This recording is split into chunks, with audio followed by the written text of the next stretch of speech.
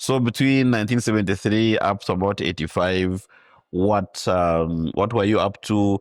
Did you find some time to return to Uganda a bit, and what was going on between that and 1985? Between 70 to 85, after going to Ilford, I tried to join RAF, Royal Air Force. Yes. My aptitude test, I passed it with flying colors, but they needed the consent of my parents because I was under 17, and my mom would not sign. She refused. What was her reason? Because she left Uganda with the military, rule and all that.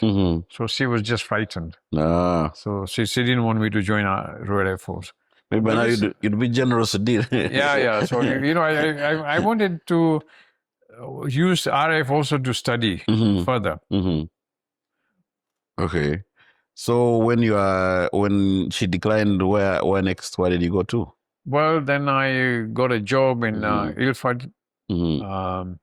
After working there for 3 or 4 months, I left Ilford and went to Finchley. Okay. Again. Okay. Then I got a bed sitter, my own accommodation. Yeah. I would pay £6 for my room, and then got a job in a supermarket. Okay. To organize stuff and okay. How many? Because I read somewhere that you used to juggle so many jobs. I know up to one time, what would you say was the highest number of jobs you are juggling at any single time? About 3 jobs. Okay. So I would then after going to supermarket, I would fill up shelves. I work in a butchery. And then I would also work in sometimes in a bakery. Okay. But then I got a night job. I work Monday to Thursday night. Okay. And in the daytime I go to school. I did my O and A levels in London. So on Friday I'll go to school and then come back and sleep for a few hours. Okay. Then I started driving a taxi, minicab, from Friday evening till Sunday. To Sunday. 48 hours non-stop I'll drive. Wow. And sleeping?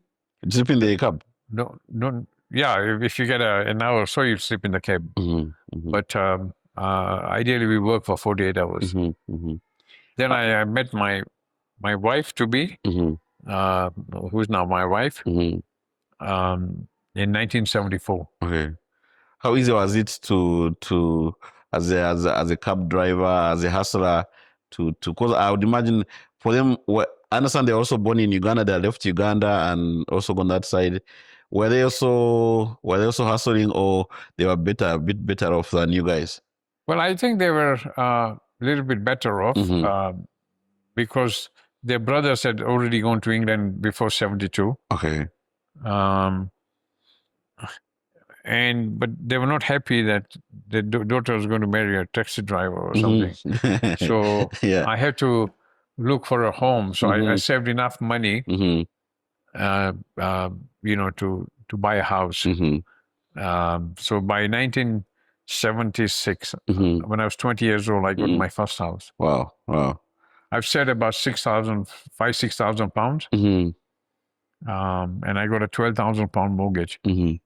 So without a house, you probably wouldn't have gotten. Well, I think my wife had made up her mind she was going to marry me. Okay. And so it was a matter of just cementing that. Managing the other stakeholders. Yeah. Okay, interesting. So then you keep on working until about. So when did you start thinking about returning to Uganda? Well, my uncle always stayed in Uganda, and he would come to England once in a while, come and visit us. I said, why don't you come to Uganda as an opportunity? So I always had a tie-up with Uganda. So in 1985, I decided to come back. Okay.